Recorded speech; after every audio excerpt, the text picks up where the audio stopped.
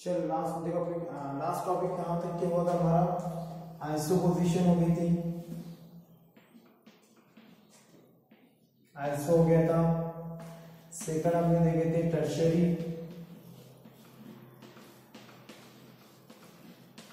और थर्ड हमने देखे थे नियो।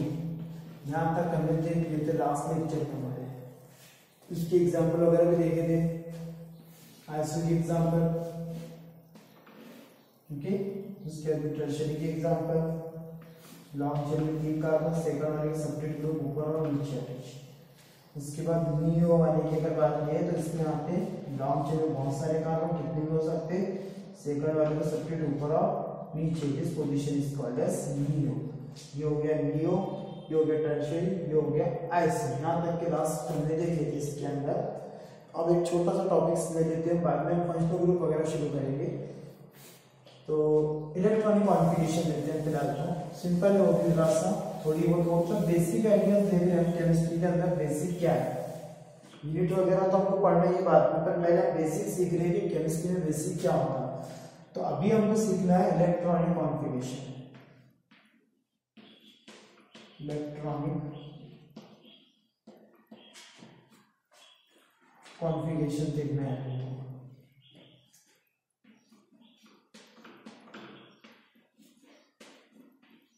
इलेक्ट्रॉनिक कॉन्फ़िगरेशन का मतलब क्या होता है, देखो इलेक्ट्रॉनिक कॉन्फ़िगरेशन का मतलब होता है डिस्ट्रीब्यूशन ऑफ इलेक्ट्रॉन, इलेक्ट्रॉन को डिस्ट्रीब्यूट करना इन डिफरेंट ऑर्बिटल के अंदर, is called as electronic configuration. इसमें देखो हम कैसा होता है, जैसे कि कुछ डिफरेंट ऑर्बिटल्स दिए हैं, जैसे कि पहला 1s है, ये सीरीज लिखी हुई है, ये आपको लिखना भी है 2s 1s 2s 2p 3s 3p, उसके बाद 4s 3s 3p 4s 3d, उसके बाद आएगा 4p के बाद 5s के बाद 4d के बाद 5p के बाद ये 5p हो गया आपका, 5p के बाद में 6s के बाद 5d, और एक चीज रहेगी हमारी 5p, एक मिनट 4d 4f लिख सकते हैं आप अगर आपको जरूरत है, आपका अगर इलेक्ट्रॉनिक नंबर ज्यादा है तो 4f 5s 4d हो गया, 4f हो गया, उसके बाद 6s भी आएगा, फिर आएगा लगे से 6s के बाद हम लिख सकते हैं 5d 6p। ये लॉन्ग सीरीज आपको याद रखना है, ये पूरी सीरीज है। इसके थ्रू हम इसकी मदद से क्या करेंगे, with the help of this series हम क्या करेंगे, इलेक्ट्रॉनिक कॉन्फ़िगरेशन लिखेंगे इसी का यूज करके। तो ये आपको सीरीज याद रखना है, और भी आगे बहुत सारे हैं, और इसको अरेंजमेंट किया जाता है जैसा हमारा स्टेबिलिटी के बेस पर, कि हमारा कंपाउंड कितना स्टेबल है, स्टेबिलिटी के बेस पर हमको क्या करना है, इसको अरेंज करना है। ओके, आपको ये सीरीज दी गई, स्टेबिलिटी के बेस पर हमको क्या करना है, इसको अरेंज करना है। फॉर एग्जाम्पल हम सिंपल एग्जाम में भी ज्यादा हार्ड नहीं आते, इजी वाले आते, जैसे कि कार्बन एटॉमिक नंबर है C6, इलेक्ट्रॉनिक कॉन्फ़िगरेशन देखो, ये हमको ऑर्बिटल यूज करना है, हमारे पास 6 कार्बन है।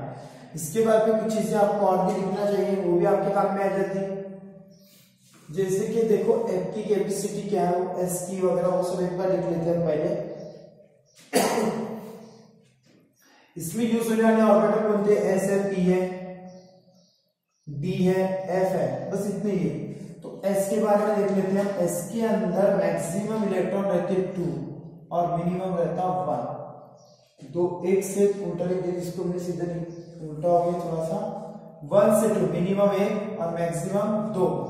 P की अगर बात नहीं है तो इसमें आते मिनिमम 1 और मैक्सिमम 6। D की अगर बात नहीं है तो मिनिमम 1 और मैक्सिमम 10, और F की अगर बात ली है तो उसमें आता है मिनिमम 1 और मैक्सिमम 14। ये है इसकी कैपेसिटी। SK 1 से 2, PK 1 से 6, DK 1 से 10 और FK 1 से 14। अब ये सीरीज है और ये कैपेसिटी का बॉक्स है, ये भी आप याद रख लो। कितने इलेक्ट्रॉन हम बिठा सकते हैं? S में हम ज्यादा से ज्यादा 2 बिठा सकते हैं, P में हम ज्यादा से ज्यादा 6 बिठा सकते हैं, D में ज्यादा से ज्यादा 10 और F में ज्यादा से ज्यादा 14, इससे ज्यादा नहीं। अब इसमें से पहले इलेक्ट्रॉन कॉन्फ़िगरेशन लिखते हैं कार्बन की, एटॉमिक नंबर 6। तो देखो कार्बन के पास 6 इलेक्ट्रॉन है। शुरुआत ये सीरीज को करना है हमको। देखो क्या लिखा है 1s, s में कितने बैठ सकते हैं? ज्यादा से ज्यादा 2। उसके बाद 2s, फिर वापस से 2s है तो 2 ज्यादा से ज्यादा। उसके बाद 2p में बैठ सकते हैं 1 से 6 और हमारे पास बचे कितने रिमेनिंग? 6 थे, 6 में से 2 यहाँ गए, 2 यहाँ गए, 4 बचे, 2 रिमेनिंग यहाँ, ये हो गए 6। ये हो गई इलेक्ट्रॉनिक कॉन्फ़िगरेशन ऑफ कार्बन की electronic configuration 1s2 2s2 2p2। आपको ये सीरीज याद रखना है थोड़ी बहुत। ये कैपेसिटी तो आपको वैसे ही याद आ जाती है, इसमें कोई प्रॉब्लम नहीं है। सिर्फ ये सीरीज याद रखना है और इसी के हिसाब से हमको क्या करना है, इसको फिल करना है। ओके, ये एक एग्जांपल हो गया हमारी कार्बन की। और एक एग्जांपल देख लेते हैं हम। ये जितनी भी है सीरीज वगैरह आप थोड़ा देख लो, आपके काम में आ जाती है। उसके बाद दे देते हैं हम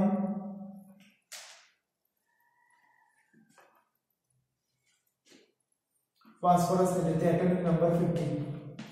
हमारे पास 15 इलेक्ट्रॉन है। देखो पहले 1s में 2, उसके बाद 2s में 2, उसके बाद 2p में मैक्सिमम बैठ सकते हैं 6, तो कितने हो गए? 6 7 8 9 10 हो गए, 15 है हमारे पास।